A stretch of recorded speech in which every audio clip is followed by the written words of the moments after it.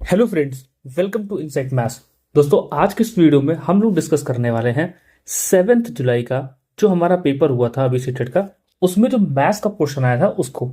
ठीक है। और आज की इस वीडियो में हम लोग सिर्फ और सिर्फ मैथ्स को ही डिस्कस करेंगे और उसके हर एक क्वेश्चन का एक अच्छी तरीके से डिटेल्ड एक्सप्लेनेशन भी हम आपको देंगे। ठीक है। अब इसके बाद बचेगा साइंस, हिंदी, इंग्लिश और सीडीपी। उसकी वीडियोस भी आपको धीरे धीरे मिल जाएंगी। और ये वीडियो आने में लेट इसलिए हो गई है क्योंकि मेरी तबीयत जो है 2-3 दिन से खराब है। खैर, अब बात करते हैं अपने इस क्वेश्चन, मतलब जो फर्स्ट क्वेश्चन है उसके बारे में। ठीक है। तो यहाँ पर क्वेश्चन लिखा हुआ है, marks obtained by some students of a class are 36, 37, 31, 42, 23, 38, 17, 18, 35, 29, 25 and 35। ठीक है। तो ये मार्क्स दे रखे हैं, हमको इसे बताना क्या है, the difference of mean and range of the data. यानी कि जो भी डेटा हमको दे रखा है उस डेटा का मीन और रेंज का क्या डिफरेंस होगा, हमको वो बताना है। तो दोस्तों, अगर आपने हमारी जो एक दो वीडियोस जो मैंने मैराथन कराई थी, अगर उसमें आपने देखा हो तो मैंने मीन को, रेंज को, डेटा को और सॉरी मोड को और मीडियन, इन सबको बहुत अच्छे से एक्सप्लेन किया था। चलिए फिर भी मैं एक बार रिवाइज करवा देता हूं। अगर हम बात करते हैं रेंज की, तो रेंज क्या होता है, कोई भी डेटा जैसे हमको दे रखा है, जैसे यहाँ पर ये हम लोग को नंबर्स लिख के दे रखे हैं, तो इन नंबर में सबसे जो बड़ा नंबर होगा उसका और सबसे छोटा नंबर जो होता है उनका डिफरेंस अगर देखा जाए तो उसे हम लोग क्या बोलते हैं, रेंज बोलते हैं। तो अगर इस डेटा में देखा जाए तो सबसे जो हमारा ग्रेटेस्ट नंबर जो होगा उसमें से अगर हम लोग स्मॉलेस्ट को माइनस करते हैं तो वो हमें क्या मिलता है, रेंज मिल जाता है। ठीक है। तो यहां पर अगर हम लोग देखें तो जो हमारा 42 वाला नंबर है वो क्या है, सबसे बड़ा नंबर है। तो हमने यहां पर बोला कि ये 42 हमारा ग्रेटेस्ट हो गया। और सबसे स्मॉलेस्ट की अगर बात करें तो वो है हमारा 17। ठीक है। तो इस 42 में से 17 को माइनस करते हैं तो हमारे पास आता है 25। यानी कि इस क्वेश्चन का जो रेंज होगा, ठीक है, जो भी हमको डेटा दे रखा है उसका रेंज होगा वो कितना होगा, 25 होगा। अब हमको निकालना है इस क्वेश्चन में इस डेटा का मीन। अब आप लोगों को मैंने मीन के लिए भी समझाया था एक फॉर्मूला जो कि बहुत सिंपल सा है। मीन का फॉर्मूला होता है sum of observation upon total number of observation. ठीक है, टोटल नंबर ऑफ ऑब्जर्वेशन। अब देखिए, यहां पर अगर आप लोग देखें तो यहां पर हमारे पास कई सारे नंबर लिख रखे हैं, हमें उन सबको ऐड करना पड़ेगा। यानी कि 36 प्लस 37 प्लस 31 प्लस 42 ऐसे करके हमें इस लास्ट 35 तक ऐड करना पड़ेगा। जब आप इन सारे नंबर्स को ऐड करेंगे तो आपको यहां पर मिलेगा 366। यानी कि इन सभी नंबर्स का जो सम होगा वो कितना आ जाएगा, 366 आ जाएगा। उसके बाद अगर हम लोग बात करें टोटल नंबर ऑफ ऑब्जर्वेशन, ठीक है, तो यहां पर ये 36, 37 इनको देखा जाए तो टोटल 12 नंबर्स ये लिखे हुए हैं। तो हमारे पास टोटल नंबर ऑफ ऑब्जर्वेशन कितना हो जाएगा, 12 हो जाएगा। अब इसके बाद अगर इसको हम लोग सॉल्व करते हैं तो यहां से मीन की जो वैल्यू आएगी वो हो जाएगी 30.6। ठीक है। जब हम इस 12 से इस 36 को डिवाइड करेंगे तो ये कितना हो जाएगा, 30.6, तो 30.5 आंसर आ जाएगा। ठीक है। तो ये हमने मीन निकाल लिया। अब इस क्वेश्चन में हमसे क्या पूछा था, मीन और रेंज का डिफरेंस। तो देखिए, मीन की वैल्यू कितनी है, 30.5 है, और रेंज की वैल्यू कितनी है, 25 है। तो अगर हम मीन और रेंज का डिफरेंस देखें, ठीक है, तो वो कितना हो जाएगा, 30.5 माइनस 25, यानी कि यहां पर आंसर आएगा 5.5। ठीक है। तो ये जो 5.5 है ये हमारा क्या होने वाला है, इस मीन और रेंज का डिफरेंस होने वाला है। यानी कि जो ऑप्शन नंबर 4 है वो क्या है, इस क्वेश्चन का बिल्कुल सही आंसर है। अब हम लोग चलते हैं अपने नेक्स्ट क्वेश्चन पर। यहां पर लिख रखा है क्वेश्चन में, if x is the least number. ठीक है। If x is the least number which must be added to 955। यानी कि जो एक एक्स है वो सबसे छोटा नंबर है जिसको हमें ऐड करना है 955 में, to make it a perfect square, जिससे कि वो क्या बन जाए, एक परफेक्ट स्क्वायर बन जाए। ठीक है। Then the value of 3x+2। तो 3x+2 की वैल्यू क्या होगी, देखिए सबसे पहले हम लोग पता करेंगे कि इस 955 में हमें क्या ऐड करना है जिससे कि ये परफेक्ट स्क्वायर बन जाए। तो देखिए, ये जो 955 है, ठीक है, ये 955 है, ये किसके पास आता है, हमारे 30 के स्क्वायर के पास। ठीक है। अगर आप सभी को पता हो 30 का स्क्वायर, तो 30 का स्क्वायर होता है 900। ठीक है। तो ये जो 955 है इस 900 के पास है। ठीक है। लेकिन हमें इसमें कुछ नंबर ऐड करना है जिससे कि ये क्या बन जाए, एक परफेक्ट स्क्वायर बन जाए। ठीक है। अब देखिए, हम इस 955 में ऐसा कौन सा नंबर ऐड करें जिससे कि ये क्या बन जाए, परफेक्ट स्क्वायर बन जाए। तो देखिए, 900 यानी कि 30 के स्क्वायर के बाद जो हमारा अगला स्क्वायर होता है वो होता है हमारा 31 का स्क्वायर। ठीक है, और 31 का स्क्वायर का जो अगर हम लोग इसका स्क्वायर ओपन करते हैं तो हमें मिलता है 961। ठीक है, यानी कि ये जो हमारा 955 होगा ये इस 900 से तो बड़ा होगा लेकिन इस 961 से छोटा होगा। ठीक है, तो अगर इस 955 में हम लोग एक ऐसा नंबर ऐड कर दें जिससे कि ये 961 बन जाए तो ये हमारा 955 क्या बन जाएगा, एक परफेक्ट स्क्वायर बन जाएगा। तो इस 955 में अगर हम लोग 6 को ऐड कर देते हैं, ठीक है, तो ये क्या बन जाएगा 961, और ये 961 क्या है, हमारे 31 का स्क्वायर है। इसका मतलब क्या हो गया कि हम 955 में 6 ऐड कर दें तो ये क्या बन जाएगा, एक परफेक्ट स्क्वायर बन जाएगा। ठीक है, तो इसका मतलब जो हमारा x था उसकी वैल्यू कितनी आ गई है, यहाँ पर 6 आ गई है। अब हमको वैल्यू किसकी फाइंड करनी है, 3x+2 की।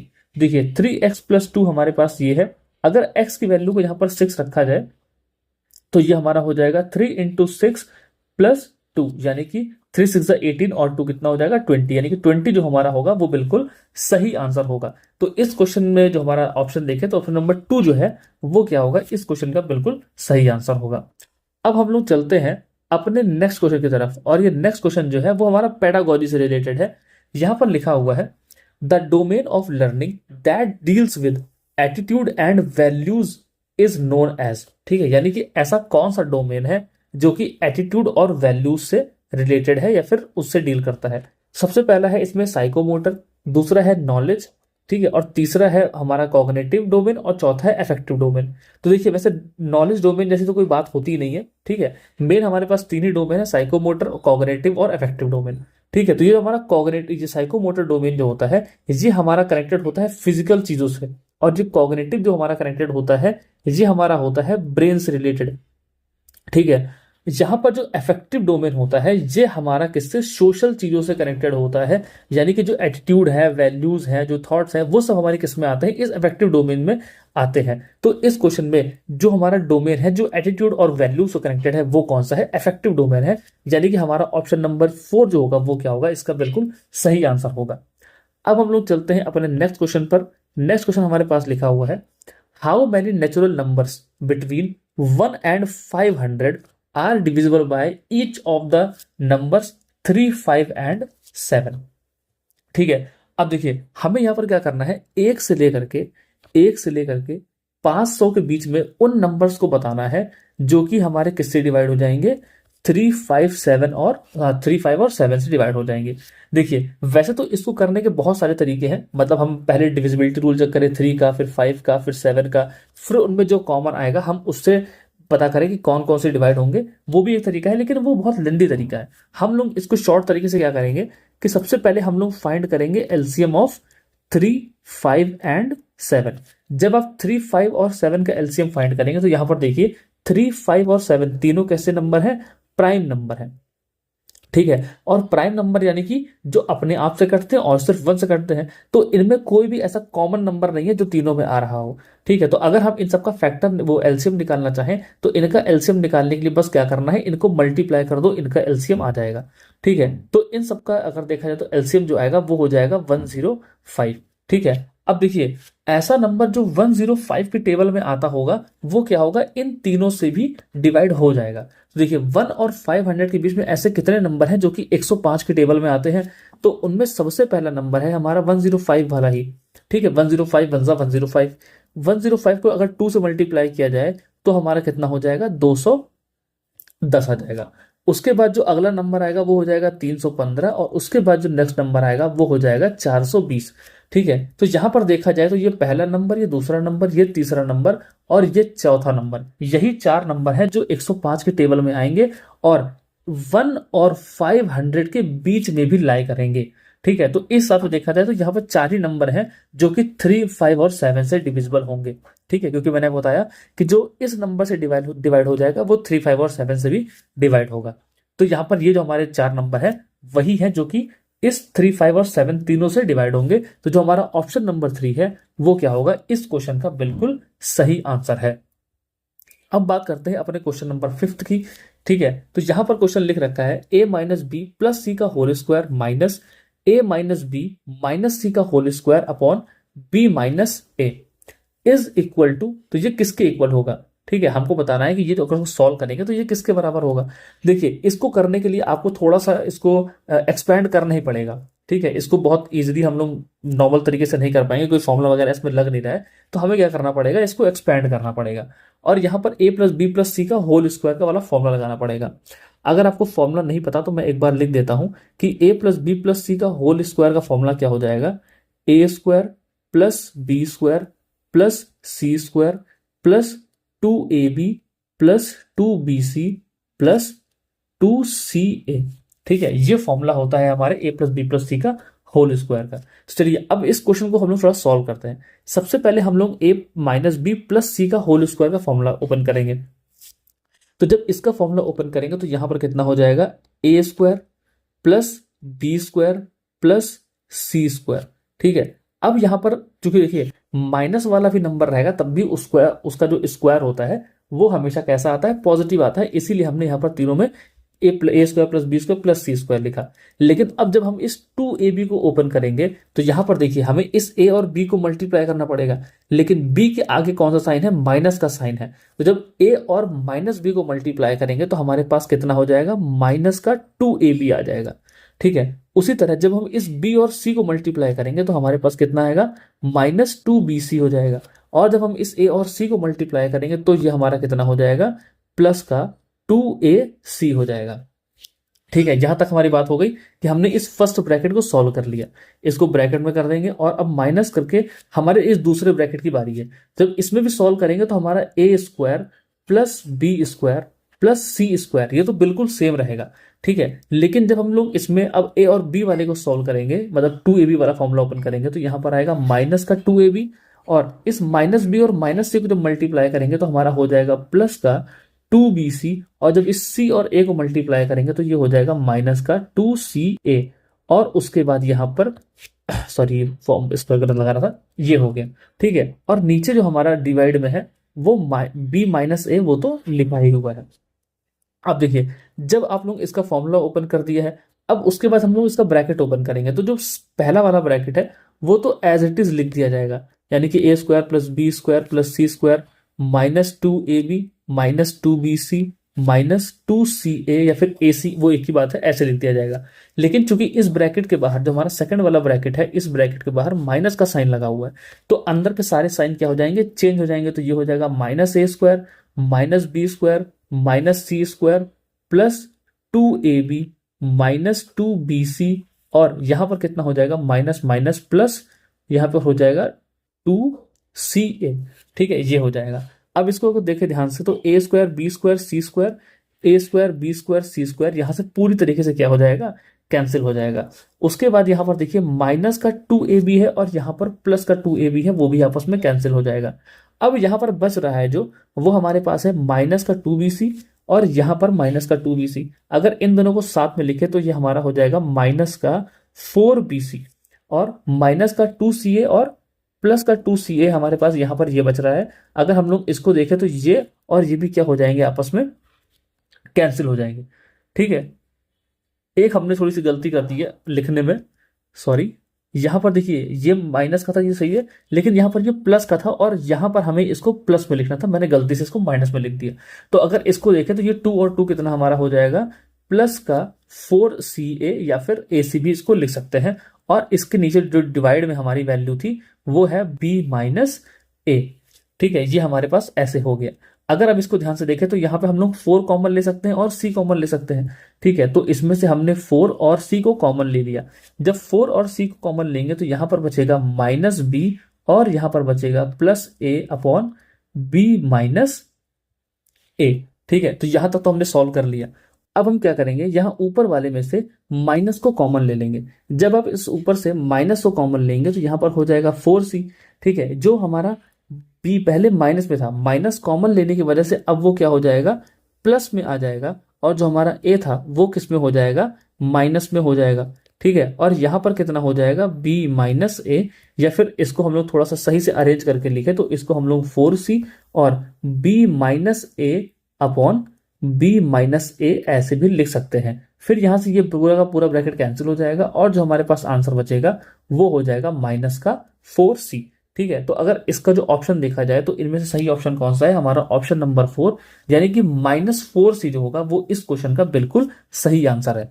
ठीक है, अब बात करते हैं अपने अगले क्वेश्चन की। यहां पर क्वेश्चन लिखा हुआ है M is the point on the side A B of a triangle A B C. ठीक है, तो सबसे पहले हमें क्या करना पड़ेगा, एक ट्राइंगल बनाना पड़ेगा। हमने बना लिया है यहाँ पर एक ट्राइंगल कुछ ऐसे। ठीक है, अब इस एबीसी ट्राइंगल में बोला गया है कि ए एम बी एम और सी एम तीनों आपस में कैसे हैं, इक्वल है। ठीक है, सबसे पहले क्या करते हैं, इसको नाम दे देते हैं, ये हमारा हो गया ए बी सी, और इसमें एम जो पॉइंट है वो साइड किस पर है, ए बी पर। तो इस एम वाली साइड पर एक पॉइंट हो गया हमारा एम, और यहां पर बोला कि जो हमारा ए एम है यानी कि ये वाला जो पार्ट है वो किसके इक्वल है, इस बी एम के इक्वल है, और ये किसके इक्वल है, सी एम के इक्वल है। ठीक है, तो देखिए यहां से ये तीनों लेंथ जो है वापस में क्या हो गई है, बराबर हो गई है। इस तरह का क्वेश्चन मैंने आपको प्रीवियस ईयर वाले में जो मैथड हमने कराई थी उसमें भी डिस्कस किया था, इस तरह का क्वेश्चन। ठीक है, अब बात करते हैं आगे क्या लिखा हुआ है, if angle A and B are respectively x and 70 degree. अगर इसमें बोला कि एंगल ए और बी जो है वो कितना कितना है, एक्स और 70 डिग्री है, यानी कि ये जो एंगल है वो एक्स हो गया, और ये वाला जो एंगल है वो कितना हो गया है, 70 डिग्री हो गया है। ठीक है, then the value of 3x plus 25। तो हमें किसकी वैल्यू फाइंड करनी है, 3x प्लस 25 की हमको वैल्यू को फाइंड करना है। अब देखिए, अगर आपने देखा हो वो प्रॉपर्टी मैंने आपको बताई थी एक, ठीक है, कि अगर हम लोग किसी एक ट्राइंगल में जिसमें दो एंगल आपस में बराबर होते हैं, उनके सामने की दो साइड भी बराबर होती हैं, या फिर अगर हम लोग इसका उल्टा बोले कि एक ऐसा ट्राइंगल जिसमें दो साइड्स इक्वल हैं, तो उनके सामने के जो एंगल होते हैं वो भी क्या होते हैं, इक्वल होते हैं। ठीक है, तो इस हिसाब से देखें अगर, तो ये वाली जो हमारी साइड है बी एम, ये किसके इक्वल है, एम सी के इक्वल है, और यहाँ पर जो हमारा बी एम सी एक ट्राइंगल है, इसमें दो साइड कैसी हो गई, इक्वल हो गई। अगर ये दो साइड इक्वल होंगी तो उनके सामने का एंगल भी कैसा हो जाएगा, इक्वल हो जाएगा। तो इस हिसाब से देखा जाए तो ये वाला जो एंगल होगा वो कितना हो जाएगा, 140। और ये 140 क्यों हो रहा है, क्योंकि हम इसमें एंगल सम प्रॉपर्टी का इस्तेमाल कर रहे हैं, यानी कि एक ट्राइंगल के तीनों एंगल का सम कितना होना चाहिए, 180 होना चाहिए। ठीक है, तो ये हमारा हो गया 40 का। अब ये 40 है तो लीनियर पेयर से हम लोग ये वाला कितना बताएंगे, ये हो जाएगा हमारा 140 डिग्री। ठीक है, ये हमारा 140 हो गया। अब हम लोग इस ट्राइंगल ए एम सी में भी वही सेम प्रॉपर्टी लगाएंगे जो कि हमने यहां पर यूज करी, यानी कि एक ट्राइंगल में अगर दो साइड इक्वल है तो उनके सामने के एंगल भी इक्वल हो जाएंगे। अब देखिए यहां पर जो हमारा ए एम है वो किसके इक्वल है, इस सी एम के इक्वल है। हालांकि देखने में नहीं लग रहा है, लेकिन फिर भी हमें क्वेश्चन में दे रखा है तो हम उसको वैसे यूज करेंगे। तो हमारा जो ए एम है वो इस सी एम के इक्वल है, तो इस एम सी या फिर सी एम के सामने जो साइड है, सॉरी एंगल है, वो किसके बराबर होगा, इस एम के सामने वाले एंगल के बराबर। यानी कि अगर ये एक्स है तो ये भी कितना हो जाएगा, एक्स हो जाएगा। ठीक है, अब आपको पता है कि एक ट्राइंगल के तीनों एंगल का सम हमारा कितना होता है, 180 डिग्री होता है। ठीक है, यानी कि x प्लस 140 किसके बराबर होगा, 180 के बराबर होगा। यहां से 2x इज इक्वल टू कितना निकल के आएगा, 40 डिग्री। ये जो 140 है इधर माइनस में जाएगा, तो हमारा जो 2x है वो कितना हो जाएगा, 40 डिग्री हो जाएगा। तो जो x की वैल्यू होगी वो कितनी हो जाएगी, 40/2, यानी कि 20 डिग्री आ जाएगी। ठीक है, तो x की वैल्यू कितनी हो गई, 20 डिग्री हो गई। अब हमको वैल्यू फाइंड किसकी करनी थी, यहां पर ध्यान दीजिए, 3x प्लस 25 की। तो हम लोग क्या करेंगे, यहां पर इस 20 डिग्री को इस x की जगह पर रखेंगे, तो ये हो जाएगा 3 इंटू 20 प्लस 25। तो यहां पर 2 इंटू 3 यानी कितना हो जाएगा, 60 प्लस 25, यानी कि जो 80 होगा वो होगा इस, सॉरी 85 जो होगा, ठीक है, वो क्या होगा, इस क्वेश्चन का बिल्कुल सही आंसर होगा 85 डिग्री। तो जो ऑप्शन नंबर 3 है वो क्या हो जाएगा, इस क्वेश्चन का बिल्कुल सही आंसर है। अब हम लोग चलते हैं अपने अगले क्वेश्चन पर। यहां पर लिखा हुआ है the number of faces edges and vertices of a polyhedron are 7, 15 and x। ठीक है, तो एक पॉलीहेड्रन है, पॉलीहेड्रन का मतलब जैसे कि जैसे आपने देखा होगा प्रिज्म देखा होगा, क्यूबॉइड देखा होगा, ये सब सारे क्या होते हैं, पॉलीहेड्रन होते हैं, जिसमें कई सारी साइड होती हैं, फेसेस होते हैं, वर्टिसेस होती हैं। अगर मैं आपको बना के दिखाऊं तो जैसे हम सिंपल सा एक क्यूब की बात करते हैं। ठीक है, ये क्यूब भी क्या है, एक पॉलीहेड्रन ही है, जैसे कि ये देखिए। ठीक है, तो यहां पर हमने क्या बनाया है, इसमें ये जो पॉइंट होते हैं ये एकदम कॉर्नर वाले, इनको हम लोग वर्टिसेस कहते हैं। ठीक है, ये जो लाइन आप देख रहे हैं ये क्या होती हैं, एजेस होती हैं, और ये जो फेस आप देख रहे हैं, जो सरफेस जिस पे हम लोग टच कर सकते हैं वो क्या है, फेसेस होते हैं। तो इन्होंने बात करी है कि एक पॉलीहेड्रन में फेसेस, एजेस और वर्टिसेस कितने दे रखे हैं, 7, 15 और x दे रखे हैं। तो हमें वैल्यू किसकी फाइंड करनी है, 2f plus 3e minus 4x की। ठीक है, अब देखिए अगर आप लोगों को याद हो तो हम लोगों ने एक यूलर का फॉर्मूला पढ़ा था। ठीक है, यूलर्स फॉर्मूला, उस यूलर का फॉर्मूला होता क्या है, ठीक है देखिए मैं लिख देता हूं, F plus V is equal to E plus two, ये फॉर्मूला होता है। इस फॉर्मूले में अगर हम लोग यहाँ पे 17, 15 और x वाली वैल्यूज को पुट करें तो यहाँ पर देखिए फेसेस कितने दे रखे हैं, 7, तो फेस की जगह पर हमने 7 पुट कर दिया। वर्टिसीज की अगर बात करें तो वर्टिसीज इसमें दे रखा है x, तो ये हमारा x हो गया, इज इक्वल टू एजेस की जो वैल्यूज है वो कितनी है, 15, ये 15 प्लस यहाँ पर हो गया हमारा 2, तो ये हमारा हो जाएगा 7 plus x is equal to 17। और जब इसको इधर भेजेंगे तो जो हमारे x की वैल्यू आएगी वो कितनी हो जाएगी, 10 हो जाएगी। ठीक है, तो यहां से x की जो वैल्यू हो गई वो 10 हो गई। अब हमको फाइंड क्या करना है, 2f plus 3e minus 4x को। ठीक है, तो अगर हम लोग यहाँ पर इस 2f plus 3e minus 4x में एजेस, फेसेस और x की वैल्यूज को पुट करते हैं तो क्या आंसर आएगा, देखिए 2 इंटू फेसेस हमारे पास कितने थे, 7, तो हमने यहाँ पर 7 पुट किया। 3 इंटू एजेस हमारे पास कितनी है, यहाँ पर देखा जाए तो 15 है, तो हमने यहाँ पर 15 पुट किया, माइनस 4 इंटू हमारे पास कितना हो जाएगा यहाँ पर 10। तो यहाँ पर देखिए 7 इंटू 4 हमारा होगा 14 प्लस 15 इंटू 3 हमारा हो जाएगा 45। ठीक है, और यहाँ पर हमारा आएगा 40। तो अगर 45 में से 40 को माइनस करते हैं तो हमारे पास आता है 5, और यहाँ पर हो जाएगा 14। अगर 14 और 5 को हम लोग ऐड करते हैं तो हमारे पास कितना आता है, 19। ठीक है, तो जो इस क्वेश्चन का सही आंसर है वो कितना है, 19 है। मैंने जल्दीबाजी में ध्यान न देते हुए यहाँ पर 49 लिख दिया था। अब हम लोग बात करते हैं अपने नेक्स्ट क्वेश्चन की, जहां पर फिर से मेरे ख्याल से एक बार पेडागोजी वाला क्वेश्चन आ चुका है। यहाँ पर लिखा हुआ है विच of the following is not an indicator. इस बात को ध्यान दीजिएगा कि नॉट लिखा है, not an indicator of creativity in mathematics, यानी कि इनमें से जो हमारे पास ये ऑप्शन दे रखे हैं इनमें से कौन सा एक ऐसा ऑप्शन है जो कि क्रिएटिविटी का इंडिकेटर नहीं है। ठीक है, तो सबसे पहला है यहाँ पर स्टूडेंट कैन पोज क्वेश्चन। देखिए अगर बच्चे क्वेश्चंस कर रहे हैं, ठीक है, अगर बच्चे क्वेश्चंस कर रहे हैं, अराइज हो रहा है उनके मन में क्वेश्चन, यानी कि वो कुछ क्रिएट या फिर कुछ अलग सोच रहे हैं। ठीक है, और कुछ अलग सोचना, डाइवर्जेंट सोचना, ये किसकी निशानी होती है, क्रिएटिविटी की निशानी होती है। Student use convergent thinking in different context. ठीक है, अब इस पर बात करेंगे। और उसके बाद है student are able to think flexibly. ठीक है, अब देखिए फ्लेक्सिबिलिटी का मतलब क्या है कि बच्चे कुछ एक ही चीज को अलग अलग तरीके से सोच रहे हैं, उसमें फ्लेक्सिबिलिटी है, वो किसी नई चीजों को ऐड भी कर सकते हैं, घुमा फिरा के भी सोच सकते हैं। तो फ्लेक्सिबिलिटी भी क्या होता है, एक क्रिएटिविटी का मतलब एक अच्छा पैरामीटर है। मतलब हम लोग ऐसा कह सकते हैं कि जहां पर फ्लेक्सिबिलिटी रहती है वहां पर क्रिएटिविटी भी रहती है। तो ये ऑप्शन भी क्या है, इस तो सही है, मतलब ये क्रिएटिविटी में ही इंक्लूड होता है। Student use multiple and alternate problem solving strategies. अब देखिए एक ही प्रॉब्लम को अगर बच्चा अलग अलग तरीके से सॉल्व कर सकता है तो वो क्या है, क्रिएटिव है। ठीक है, तो इन सारे ऑप्शन में देखा जाए तो जो हमारा ऑप्शन नंबर 2 है वो क्या है, कन्वर्जेंट थिंकिंग। जहां पर भी क्रिएटिविटी आती है वहां पर कन्वर्जेंट तो होता ही नहीं है। ठीक है, हमेशा डाइवर्जेंट थिंकिंग की बात करी जाती है। ठीक है, तो इन सारे ऑप्शंस में देखा जाए तो जो हमारा गलत आंसर है वो क्या है, स्टूडेंट यूज कन्वर्जेंट थिंकिंग। ठीक है, तो अब यहां पर हमसे बोला था नॉट, ठीक है, क्रिएटिविटी का कौन सा इंडिकेटर नहीं है, तो कन्वर्जेंट थिंकिंग आ गया, वो हमारा क्या हो जाएगा, अब जो हमारा क्रिएटिविटी का फैक्टर या फिर जो इंडिकेटर है वो नहीं माना जाएगा।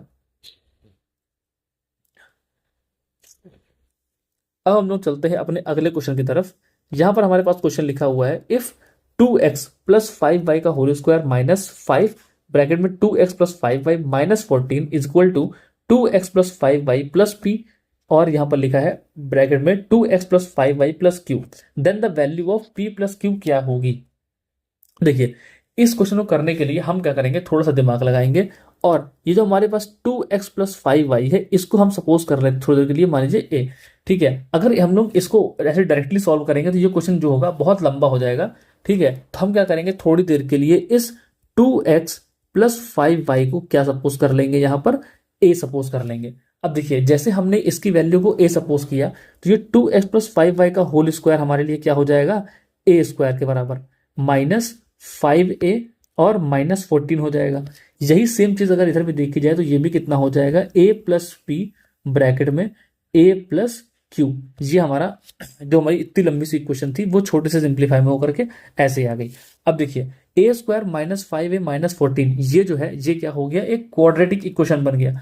क्वाड्रेटिक इक्वेशन को हम लोग सॉल्व कर सकते हैं बाय मिडिल स्प्लिटिंग या फिर फैक्टराइजेशन के थ्रू, या फिर हम लोग अगर इसको देखें तो कंप्लीटिंग स्क्वायर के थ्रू भी सॉल्व कर सकते हैं। 3 तरीके हैं, लेकिन हम लोग यहाँ पर कौन सा इस्तेमाल करेंगे, मिडिल स्प्लिटिंग का। तो यहाँ पर ए स्क्वायर माइनस 5a माइनस 14 है, तो अगर इसमें हम लोग मिडिल स्प्लिटिंग का यूज करें तो ये क्या हो जाएगा, A square minus 7a plus 2a minus 14 हो जाएगा। ठीक है, और यहां से अगर हम लोग a कॉमन ले लें तो ये हो जाएगा a माइनस 7 प्लस यहां पर हम लोग क्या करें 2 कॉमन ले लेते हैं तो ये हो जाएगा a माइनस 7।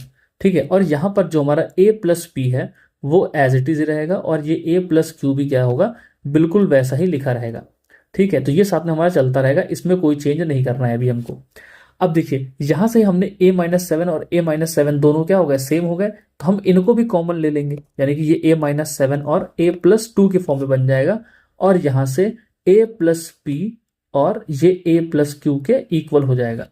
अब देखिए हम करेंगे क्या, यहां पर इस a माइनस 7 को कंपेयर करेंगे a प्लस पी से, और इस a प्लस 2 को कंपेयर करेंगे इस a प्लस क्यू से, ये a लिखा हुआ है, ठीक है, उससे कंपेयर करेंगे। देखिए जब हम लोग इस a माइनस 7 को कंपेयर करते हैं a प्लस पी से, ठीक है, तो यहां से हमने देखा कि जो हमारा p होगा उसकी वैल्यू कितनी आ जाएगी, माइनस 7 आ जाएगी। ठीक है, और जब हम लोग a प्लस 2 को कंपेयर करते हैं a प्लस क्यू से, तो यहां पर a और कैंसिल होगा, यानी कि जो हमारा 2 होगा, सॉरी ऐसे कह लें कि जो हमारा q होगा उसकी वैल्यू कितनी आ जाएगी, 2 आ जाएगी। ठीक है, तो यहां पर p की वैल्यू माइनस 7 और q की वैल्यू कितनी आ गई, 2। हमें फाइंड क्या करना था, p प्लस क्यू का सम कितना होगा, तो p की वैल्यू है माइनस 7 और q की वैल्यू है 2, इन दोनों को ऐड करते तो हमारे पास कितना आंसर आ जाएगा, माइनस 5। ठीक है, तो अगर इसमें हम देखें तो जो ऑप्शन नंबर 1 है वो क्या होगा, इसका सही आंसर होगा, यानी कि माइनस 5 जो होगा वो इसका सही आंसर है।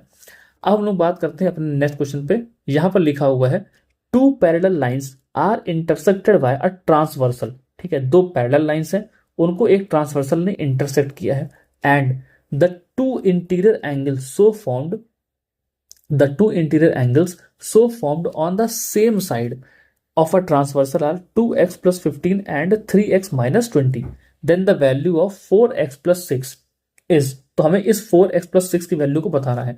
देखिए सबसे पहले हम लोग ड्रॉ करेंगे 2 पैरेलल लाइंस। ठीक है, ये हमारी पहली और ये हमारी हो गई, ये पैरेलल लाइंस हो गई, इनको इंटरसेक्ट कर दिया किसी तीसरी लाइन ने जो कि है ट्रांसवर्सल। ठीक है, तो ये हमारी L हो गई, ये M हो गई, ये L और M क्या है, पैरेलल है, और ये जो लाइन है हम इसको नाम देते हैं P से, ये क्या हो गई, मान लीजिए कि हमारी ट्रांसवर्सल हो गई। अब इसने बोला कि जो इंटीरियर एंगल्स हैं ऑन द सेम साइड, देखिए यहां पर 2 इंटीरियर एंगल है, मान लेते हैं ये और ये दोनों सेम साइड के इंटीरियर एंगल हो गए, उनकी वैल्यू कितनी दे रखी है, 2x प्लस 15 और 3x माइनस 20 डिग्री दे रखी है, और हमको फाइंड करना है 4x प्लस 6 डिग्री की वैल्यू। अब देखिए अगर आपने पैरेलल लाइंस के बारे में थोड़ा बहुत पढ़ा हो तो आपको पता होगा कि ये जो अंदर के एंगल बन रहे हैं दोनों, ठीक है, ये दोनों कैसे एंगल होते हैं, को इंटीरियर एंगल होते हैं। ठीक है, ये दोनों कैसे एंगल हैं, को इंटीरियर एंगल होते हैं, और को इंटीरियर एंगल का सम हमेशा कितना होता है, 180 डिग्री होता है। ठीक है, यानी कि अगर हम लोग इस 2x प्लस 15 को ऐड करें किसके साथ, हमारे 3x माइनस 20 के साथ ऐड करें, तो हमारा सम कितना हो जाएगा, 180 डिग्री आ जाएगा। ठीक है, अगर इसको थोड़ा सा सॉल्व कर ले काफी इजी हो जाएगा, 3x और ये 2x हमारा कितना हो जाएगा, 5x, और ये 15 और माइनस 20 हमारा कितना हो जाएगा, minus 5 is equal to 180 degree. फिर ये 5x जो हो जाएगा वो हमारा हो जाएगा 185, और जब हम लोग इस x को सॉल्व करना चाहेंगे यहां से तो ये हो जाएगा 185 अपॉन 5। ठीक है, अब 185 को हम लोग 5 से डिवाइड करेंगे तो हमारे पास कितना आंसर आता है, 37, यानी जो हमारा x है, x की जो वैल्यू आ गई वो कितनी आ गई, 37 आ गई। ठीक है, लेकिन हमें क्या करना है, x की वैल्यू नहीं फाइंड करनी है, हमें फाइंड करनी है 4x प्लस 6 की वैल्यू। ठीक है, तो अगर हम लोग इस 4x प्लस 6 की वैल्यू में देखें तो यहां पर 4 इंटू कितना हो जाएगा, 37 प्लस 6। ठीक है, तो अगर हम लोग 4 से मल्टीप्लाई करें 37 को तो हमारे पास कितना आएगा, 148 आएगा, और उसमें 6 डिग्री और ऐड करना है तो हमारे पास जो फाइनल आंसर हो जाएगा वो हो जाएगा 154 डिग्री। ठीक है, तो यहां पर जो हमारा ऑप्शन नंबर 2 है वो क्या है, इस क्वेश्चन का बिल्कुल सही आंसर है। ठीक है, अब चलते हैं अपने नेक्स्ट क्वेश्चन की तरफ। यहां पर लिखा है the sum of largest and smallest fraction among this is. ठीक है, तो यहां पर हमारे पास 4 फ्रैक्शन दे रखे हैं और हमसे बोला है कि इन सब में से जो सबसे लार्जेस्ट होगा और सबसे स्मॉलेस्ट फ्रैक्शन जो होगा हमें उसका सम बताना है। तो जरा इन फ्रैक्शंस को हम लोग पहले एक बार थोड़ा सा सिंप्लीफाई करके लिख लेते हैं। तो ये हमारे पास पहला है 6/7, दूसरा हो जाएगा 5 2 10 यानी कि 13/5 ये हो जाएगा। उसके बाद यहां पर आएगा 3/8 और यहां पर हमारे पास है 38/15। हमने क्या किया है, इन मिक्स फ्रैक्शन को चेंज कर लिया है इम्प्रॉपर फ्रैक्शन में। ठीक है, अब देखिए अगर आप लोग इसको ध्यान से देखें तो अगर हम लोग 6 को डिवाइड करें 7 से, ठीक है, तो ये लगभग लगभग जाता है 0.8 टाइम्स में। ठीक है, हम पूरा वैसे नहीं कर रहे हैं लेकिन हमें ये पता है कि अगर मान लीजिए पॉइंट लगाएंगे फिर जीरो बढ़ाएंगे तो यहाँ पर 60 आएगा। ठीक है, तो 7 9 से 63 होता है, मतलब 8 बार में तो ये जाएगा। ठीक है, लेकिन कंप्लीट नहीं जाएगा, तो हमने कहा कि फिर भी राउंड ऑफ में देखा है तो 0.8 के समथिंग इसका आंसर आएगा। ठीक है, लेकिन जब इस 13 को डिवाइड करते हैं 5 से तो हमारे पास लगभग लगभग जो आंसर आएगा वो कितना हो जाएगा, 2.6 के आसपास का।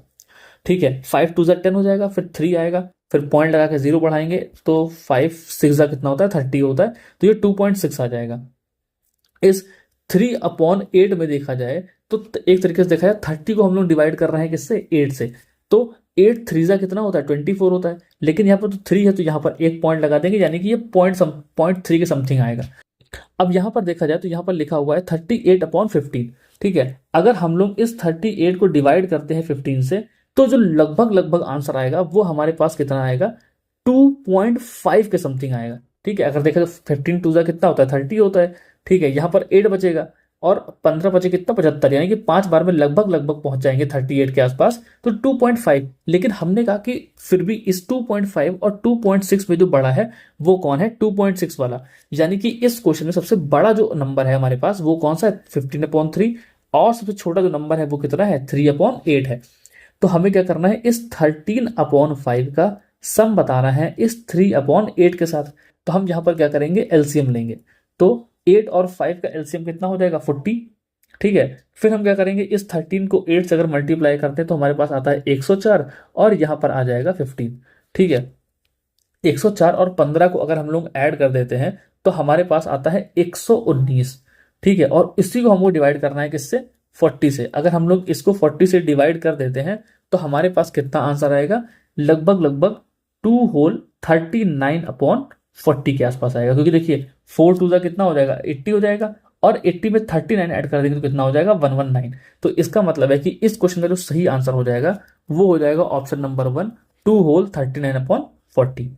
ठीक है, अब बात करते हैं अपने नेक्स्ट क्वेश्चन की। यहां पर बोला है PQRS इज अ पैरेललोग्राम। ठीक है, PQRS क्या है, एक पैरेललोग्राम है whose diagonal PR and QR intersect at point O। ठीक है, PQRS एक पैरेललोग्राम था और ये जो O है वो क्या कर दो उसकी PR और QS जो है वो डायगोनल्स है। ठीक है, और वो कहाँ इंटरसेक्ट करती हैं, इस O पॉइंट पर, सच दैट OP की वैल्यू कितनी दे रखी है, x+5 दे रखी है, OQ की वैल्यू कितनी दे रखी है, x+y दे रखी है, OR है 20 और OS है 16। हमको वैल्यू फाइंड करनी है 7y+5 की। तो देखिए पहले बना लेते हैं एक पैरेललोग्राम। ठीक है, ये हमारा पैरेललोग्राम बना नहीं सही से, फिर से बना लेते हैं। हाँ, ये हमारा पैरेललोग्राम हो गया। इसमें हम लोग नेमिंग कर देते हैं PQR और S। ठीक है, अब एक डायगोनल इसकी क्या हो गई है, PR हो गई है, और दूसरी जो डायगोनल है वो इसकी वो कितनी है, हमारी QS हो गई। अब ये दो डायगोनल दे रखी हैं, इसमें यहां पर ये जो पॉइंट O है वो क्या कर रहा है, इसको इंटरसेक्ट कर रहा है। ठीक है, ये पॉइंट कॉमन है दोनों में। अब देखिए यहां पर बोला है OP की जो लेंथ है वो कितनी है, x+7, यानी कि ये जो लेंथ हो गई हमारी x+7 हो गई। ठीक है, OQ की जो लेंथ है वो हो गई है x+y। उसके बाद OR जो है वो कितना है, 20। ठीक है, ये 20 हो गया, और जो OS है वो कितना है हमारा, 16। अगर यहां पर ध्यान से देखा जाए तो आप लोगों को पता होगा कि जो हमारा पैरेललोग्राम होता है उसकी डायगोनल क्या करती हैं, बाइसेक्ट करती हैं एक दूसरे को। बाइसेक्ट करने का मतलब क्या है कि ये वाला जो पार्ट होगा वो इसके बराबर होगा और ये जो पार्ट होगा ये किसके बराबर होगा, इसके बराबर। यहां से हमको एक बात पता चल गई कि x+7 किसके बराबर होगा, 20 के बराबर। तो यहां से हम लोग x की वैल्यू निकालेंगे तो कितनी आ जाएगी, 13 आ जाएगी। ठीक है, हम इस 7 को इधर भेजेंगे, ये माइनस में हो जाएगा, तो x की वैल्यू कितनी आ गई, 13 आ गई। फिर हम लोग क्या करेंगे, इसमें देखें तो ये जो x+y है ये किसके बराबर होगा, 16 के बराबर। और हमने अभी x की वैल्यू कितनी निकाली, 13 निकाली। 13 यहां पर पुट करेंगे तो ये कितना हो जाएगा, 13+y=16। इस 13 को यहां पर लेके जाएंगे तो y की जो वैल्यू होगी वो कितनी आ जाएगी, 3 आ जाएगी। ठीक है, अब देखिए y की जब हमने वैल्यू निकाल ली है 3, उसके बाद हमको वैल्यू फाइंड किसकी करनी है, 7y+3 की।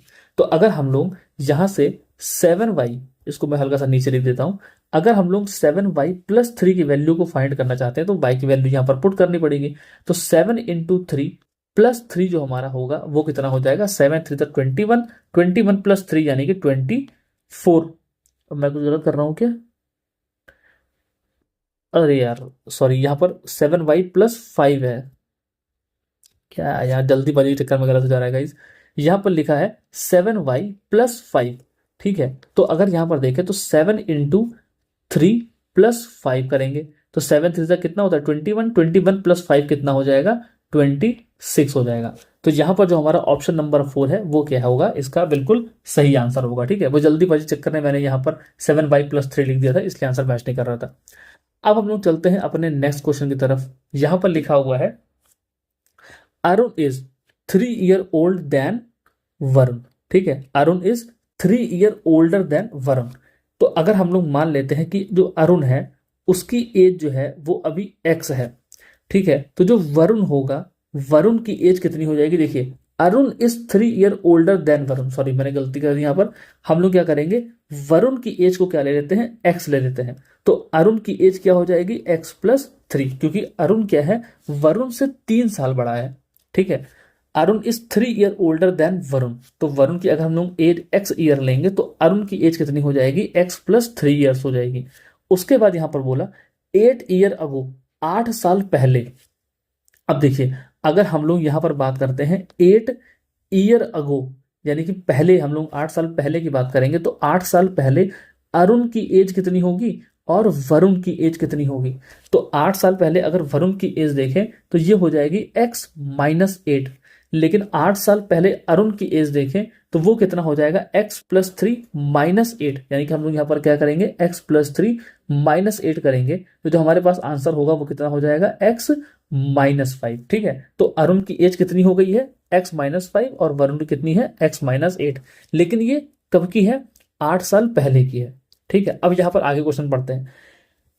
8 year ago 5/6 of Arun age. तो जो अरुण की 8 साल पहले वाली एज थी, अगर उसका हम लोग 5/6 करते हैं, ठीक है, तो क्या करेगा, exceeded 3/5 of the Varun's age by 6 year। तो आज से 8 साल पहले अगर हम लोग अरुण की एज का 5/6 निकालें तो वो क्या होगा, वरुण की एज के 3/5 के 6 जाता था। तो हमने कहा कि देखिए अरुण की एज आज से 8 साल पहले कितनी थी, x-5 थी, उसका 5/6 कितना हो जाएगा, 5/6 ऑफ x-5।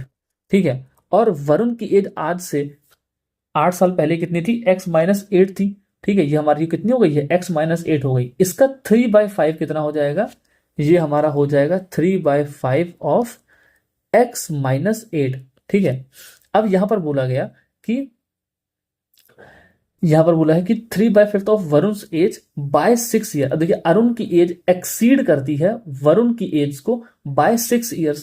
तो यानी कि अरुण जो होगा वो बड़ा होगा वरुण से कितना साल, 6 साल। तो हम लोग क्या करेंगे, अरुण की एज में से वरुण की एज को माइनस करेंगे तो कितना आंसर आना चाहिए, 6 आंसर आना चाहिए। अब हमको बताना है कि कौन सी इक्वेशन है जो इससे मैच कर रही है। देखिए यहां पर अगर हम लोग ध्यान से देखें तो हमारा जो ऑप्शन है, ऑप्शन नंबर 2, देखिए बिल्कुल मैच कर रहा है हमारे द्वारा बनाई गई इस इक्वेशन से। ठीक है, यानी कि 5/6 of x-5 minus 3/5 of x-8 is equal to 6। तो ये जो इक्वेशन है वो हमारी बनाई इक्वेशन से बिल्कुल मैच कर रही है। इसका मतलब कि जो 43 क्वेश्चन है, यानी कि 33 क्वेश्चन है, उसका बिल्कुल आंसर क्या हो जाएगा, ऑप्शन नंबर 2। अब हम लोग चलते हैं अपने नेक्स्ट क्वेश्चन की तरफ।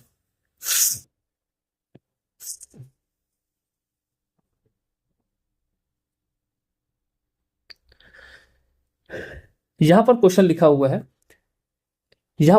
हुआ है, at upper primary stage as per NCERT which of the following topics have not been included under number system. ठीक है, जो अपर प्राइमरी स्टेज होती है, फिर 6 to 8 या फिर इसे कह लें, तो उन सब में कौन सा चैप्टर जो है वो नहीं इंक्लूड किया गया है अंडर नंबर सिस्टम। तो देखिए, अगर यहां पर देखें कि ये जो कॉम्प्लेक्स नंबर वाला चैप्टर है, ठीक है, ये बच्चों के सिलेबस में नहीं है, ये 11 12 में जाते हैं तब वहां पर आता है। तो अपर प्राइमरी स्टेज में ये जो कॉम्प्लेक्स नंबर है इसको इंक्लूड नहीं किया गया है। ठीक है, अब उसके बाद हम लोग बात करते हैं क्वेश्चन नंबर 45। ठीक है, यहां पर क्वेश्चन है विच of the following statement is least appropriate. इनमें से कौन सा ऐसा स्टेटमेंट है जो कि लीस्ट अप्रोप्रिएट है, सबसे कम वैल्यू रखता है regarding the proofs in mathematics. ठीक है, मैथमेटिक्स जो प्रूफ होते हैं उनमें सबसे जो कम वैल्यू है वो किसकी होगी। Proofs are build on introductive knowledge and not reasoning. ठीक है, उसके बाद सेकंड ऑप्शन है it explains why a particular mathematical result must be true. उसके बाद क्वेश्चन नंबर 4 है it helps to reveal the connection and provide insight into the underline structure of mathematics. उसके बाद जो फोर्थ ऑप्शन है it can help the student to validate their own reasoning. देखिए, अगर हम बात करें मैथमेटिक्स में जो प्रूफ होते हैं उनमें सबसे जो लीस्ट अप्रोप्रिएट है वो यही है कि proofs are build on intuitive knowledge and not reasoning. हम कोई भी प्रूफ बनाते हैं, ठीक है, तो उसमें हम लोग रीजनिंग, लॉजिकल थिंकिंग, इन सब का यूज करते हैं। ठीक है, तो सिर्फ इंस्टीट्यूट नॉलेज पर नहीं, रीजनिंग पर भी, लॉजिकल थिंकिंग पर भी, इन सब पर बेस होता है। तो ये जो हमारा ऑप्शन नंबर 1 है ये क्या हो जाएगा कि ये सबसे लीस्ट अप्रोप्रिएट है अगर देखा जाए। ठीक है, तो हमारा ऑप्शन नंबर 1 होगा वही क्या है इस क्वेश्चन का बिल्कुल सही आंसर है। उसके बाद हम लोग अगर बात करें विच of the following is not true, इनमें से ऐसा कौन सा ऑप्शन है जो कि सही नहीं है। इस बात को ध्यान दीजिएगा, कौन सा सही नहीं है। ठीक है, यहां पर लिखा है the value of the variable in an equation which satisfy the equation is called the solution of the equation. ये बिल्कुल सही है। अगर मान लीजिए कि हमने यहां पर लिखा 2x + 4 = 0। ठीक है, अब यहां पर मैं x की वैल्यू को अगर -2 पुट कर देता हूं, ठीक है, तो x की जो वैल्यू होगी वो -2 पुट करने पर हमारा लेफ्ट हैंड साइड वो राइट हैंड साइड के बराबर हो जाएगा। ठीक है, तो हम इस x की जो वैल्यू होगी इसे क्या कहते हैं, सॉल्यूशन ही कहते हैं। ठीक है, तो ये जो ऑप्शन है ये सही है, लेकिन हमें इसमें बताना है गलत वाला। ठीक है, तो the value of variable in equation which satisfy the equation is called the solution of the equation. तो ये बिल्कुल सही आंसर है। ठीक है, ये गलत नहीं है।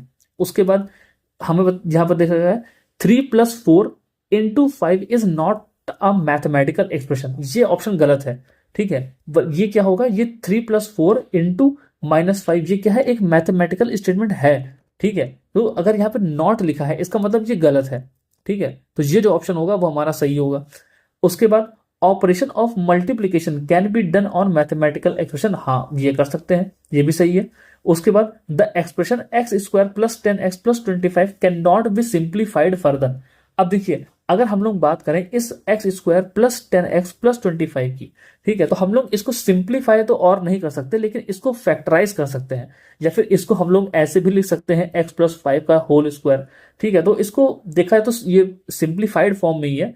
ठीक है, तो इसको सिंप्लीफाई तो और नहीं कर सकते, बस इसको अगर देखा है तो फैक्टराइज कर सकते हैं। ठीक है, तो यहां पर अब हो सकता है कि वो लोग इसको सही माने। इसमें इस क्वेश्चन में हमें इस सेकंड ऑप्शन और फोर्थ ऑप्शन में डाउट है। वैसे हाई चांसेस है कि हमारा ऑप्शन नंबर 2 जो होगा वही सही होगा, क्योंकि हम लोग यहां पर बात कर रहे हैं सिंप्लीफिकेशन की, या और हम जो कह रहे हैं कि इसको सिंप्लीफाई नहीं कर सकते, इसको फैक्टराइज कर सकते हैं। ठीक है, तो हो सकता है कि अब क्वेश्चन के हिसाब से उन लोगों ने कैसे दिया हो, तो वैसे ज्यादा चांसेस है कि हमारा जो ऑप्शन नंबर 2 होगा वही सही होगा। ठीक है, लेकिन हो सकता है कि इसमें ऑप्शन नंबर 4 को भी वो लोग कंसीडर कर लें, तो हल्का सा इसमें डाउट है। ठीक है, वैसे मोस्ट ऑफ द चांस यही है कि ऑप्शन नंबर जो 2 होगा वही वो लोग सही मानेंगे। ठीक है, अब बात करते हैं अपना नेक्स्ट क्वेश्चन की। यहां पर लिखा है the area of a right triangle is 240 centimetre square. ठीक है, एक राइट ट्राइंगल है जिसका एरिया कितना दे रखा है, 240 सेंटीमीटर स्क्वायर दे रखा है। If one side other than the hypotenuse is 30 centimetre, then perimeter of the triangle is कितना होगा। अब देखिए, एक राइट एंगल ट्राइंगल है, ठीक है, तो ये हमारा हो गया राइट ट्राइंगल। ठीक है, और इसमें कितनी दे रखी है, एक साइड, सॉरी एरिया कितना दे रखा है, इसका एरिया हमें दे रखा है 240 सेंटीमीटर स्क्वायर, और इसकी जो हाइपोटेन्यूज को छोड़ करके एक साइड है वो कितनी दे रखी है, 30 दे रखी है। अब देखिए, आपको पता है कि अगर हम इसकी हाइट निकालें, हमने मान लिया कि जो बेस वाला होगा वो कितना होगा 30 होगा, और ये हाइट जो है वो हमको नहीं पता, तो हमने कहा कि एरिया ऑफ ट्राइंगल किसके बराबर होता है, half into base into height के बराबर। एरिया कितना दे रखा है हम लोगों को, 240 दे रखा है, यहाँ पर हो जाएगा हाफ, बेस की वैल्यू कितनी है 30 है, और जो इसकी हाइट है वो हो गई h। ठीक है, इस जीरो से ये जीरो कैंसिल हो जाएगा, 8 वन जा 8, 8 थ्री जा कितना हो जाएगा 24, और इन दोनों को मल्टीप्लाई कर देंगे, यानी कि जो 16 होगी वो इसकी क्या होगी, हाइट होगी।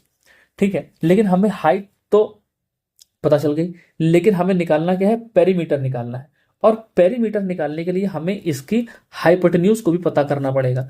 तो देखिए उसको फाइंड करने के लिए हम लोग क्या करेंगे, पाइथागोरस थ्योरम का इस्तेमाल करेंगे। ठीक है, तो H square is equal to कितना हो जाएगा, B square plus P square. अब देखिए यहां से h की जो वैल्यू है वो कितनी है, यानी कि जो हाइपोटेन्यूज है वो हमको पता नहीं, तो हमने उसको h स्क्वायर ही रहने दिया। बेस की वैल्यू कितनी है 30, तो हमने यहाँ पर 30 का स्क्वायर कर दिया, प्लस परपेंडिकुलर की जो वैल्यू है वो कितनी है 16, तो हमने यहाँ पर 16 का स्क्वायर कर दिया। आप सभी को पता है 30 का स्क्वायर कितना होता है, 900 होता है। ठीक है, 30 का स्क्वायर हो गया 900, प्लस हमारा जो 16 का स्क्वायर होता है वो कितना होता है 256। ठीक है, अब हम लोग क्या करेंगे, इस 256 को और हमारे इस 900 को ऐड करेंगे, तो ये हमारा आंसर कितना आएगा 1156। ठीक है, तो यहां से जो h स्क्वायर हुआ उसकी वैल्यू कितनी आ गई, 1156 आ गई। और अगर हम लोग रूट निकाले 1156 का, तो वो किसके बराबर होता है, क्योंकि देखिए यहाँ पे स्क्वायर है, स्क्वायर हटेगा तो यहाँ पे रूट आ जाएगा, तो जो h की वैल्यू आएगी वो कितनी हो जाएगी 34 हो जाएगी, यानी कि इस ट्राइंगल का जो हाइपोटेन्यूज है उसकी वैल्यू कितनी हो जाएगी 34 हो जाएगी। अब देखिए हमने बोला कि इस ट्राइंगल का पेरीमीटर कितना है, तो पेरीमीटर में हम लोग सिंपल सी बात जानते हैं, पेरीमीटर का मतलब होता है सम ऑफ ऑल साइड। ठीक है, सम ऑफ ऑल साइड्स। अब देखिए तो यहां पर हमारे पास साइड कितनी है 34 प्लस 16 प्लस यहां पर आ गया 30। ठीक है, तो 34 प्लस 16 हमारा कितना हो जाएगा 50 हो जाएगा, 50 प्लस 30 हमारा कितना हो जाएगा 80। ठीक है, तो इस क्वेश्चन का जो सही आंसर होगा वो कितना हो जाएगा 80। ठीक है, तो जो हमारा ट्राइंगल का पेरीमीटर है वो कितना आ जाएगा 80 आ जाएगा। उसके बाद हम लोग बात करते हैं अपने नेक्स्ट क्वेश्चन की। यहां पर लिखा है द हाइट, ठीक है, the height and base radius of a right circular cylinder are 9 centimetre and 6 centimetre respectively. If the base radius becomes half and height increases by 3 centimeter, then which of the following describes the new volume of the cylinder। तो इनमें से कौन सा है जो नए cylinder का volume को डिस्क्राइब करेगा। अब देखिए पहले यहां पर जो उसकी रेडियस थी वो कितनी दे रखी थी 9 सेंटीमीटर दे रखी थी, और जो उसकी हाइट दे रखी थी वो कितनी दे रखी है 6 सेंटीमीटर दे रखी है। ठीक है, और नए वाले केस में क्या हो रहा है कि जो उसकी हाइट है वो कितनी हो जा रही है, बिकम्स हाफ। ठीक है, तो नए वाले केस में जो रेडियस है, सॉरी हाइट नहीं रेडियस है, वो कितनी हो जा रही है, द हाइट एंड हाई, हाँ रेडियस हो जा रही है उसकी हाफ। तो यहाँ पर अरे मैं गलत लिख लिया है, रेडियस 6 है और हाइट कितनी है 9, तो रेडियस हमारी 6 हो गई, हाइट हो गई 9, तो रेडियस का क्या कर रहे हैं हाफ कर दे रहे हैं। अगर रेडियस का हाफ करेंगे तो रेडियस कितनी हो जाएगी 3 हो जाएगी, और यहाँ पर बोला है हाइट हमारी 3 सेंटीमीटर बढ़ जा रही है, तो अगर 3 सेंटीमीटर बढ़ जाएगी मतलब कितनी हो जाएगी 12 हो जाएगी। ठीक है, तो अगर हम लोग यहाँ पर पहले जो सिलेंडर था उसका वॉल्यूम निकाले तो कितना हो जाएगा पाई आर स्क्वायर एच। ठीक है, तो पाई की वैल्यू पाई रहेगी, आर की वैल्यू कितनी है 6, तो 6 का स्क्वायर कितना हो जाएगा 6 इंटू 6, और हाइट कितना हो जाएगा 9 हो जाएगा। नए वाले जो हमारा सिलेंडर बनेगा उसकी वॉल्यूम निकाले तो कितना हो जाएगा पाई आर स्क्वायर, पाई की वैल्यू तो खैर पाई ही रहेगी, आर कितना हो जाएगा इस बार 3, यानी कि ये हो जाएगा 3 इंटू 3, और जो इसकी हाइट है वो कितनी हो जाएगी 12 हो जाएगी। ठीक है, अब देखिए एक काम करते हैं, इसको हम लोग क्या ले लेते हैं एच डैश ले लेते हैं। ठीक है, तो हम क्या करेंगे इस एच अपॉन एच डैश को निकाल लेते हैं, तो यहां पे कितना आएगा pi into 6 into 6 into 9 upon यहां पर आएगा पाई इंटू 3 इंटू 3 इंटू 12। ठीक है, इस पाई से ये पाई कैंसिल हो जाएगा, 3 वन जा 3, 3 टू जा कितना हो जाएगा 6, 3 वन जा 3, 3 टू जा 6 हो जाएगा।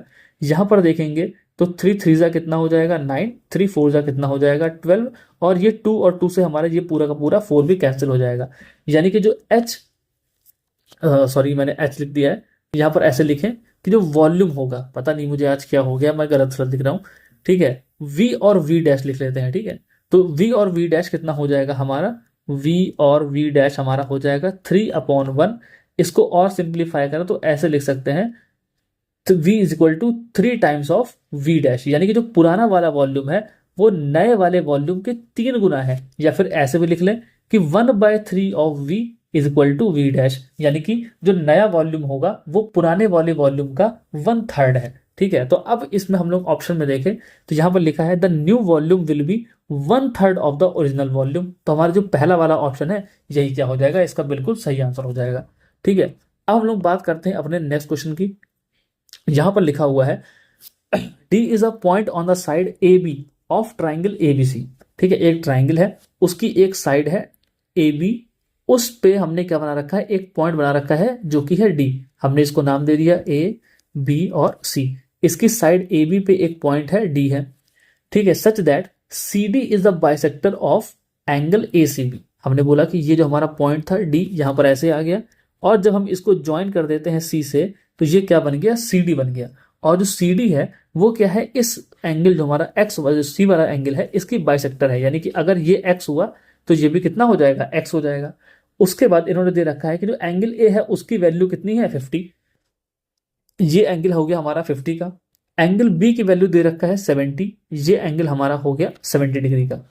ठीक है, then A D C is equal to, तो हमको बताना है कि ये जो ए डी सी वाला एंगल है, यानी कि ये जो एंगल है ये कितने का होगा। अब मेरी बात को ध्यान से सुनिए, हमको पता है कि एक ट्राइंगल में तीनों एंगल का सम कितना होता है, 180 डिग्री होता है। तो अगर ये 50 है, ये 50 है, तो ये वाला जो एंगल होगा, ठीक है, यानी कि x प्लस एक्स देखा है तो 2x जो होगा वो किसके बराबर होगा, 180 डिग्री के बराबर होगा।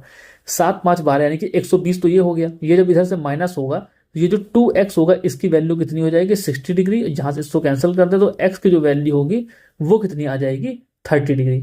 ठीक है, तो अगर ये 30 हो गया, 300 लिख दिया मैंने, ये हो गया हमारा 30 डिग्री, ये हमारा 50 डिग्री, तो जाहिर सी बात है कि ये जो एंगल होगा ये कितने डिग्री का आ जाएगा, 100 डिग्री का आ जाएगा। क्योंकि हम लोग एक ट्राइंगल में एंगल सम प्रॉपर्टी लगाएंगे तो तीनों एंगल का सम कितना होना चाहिए, 180 होना चाहिए।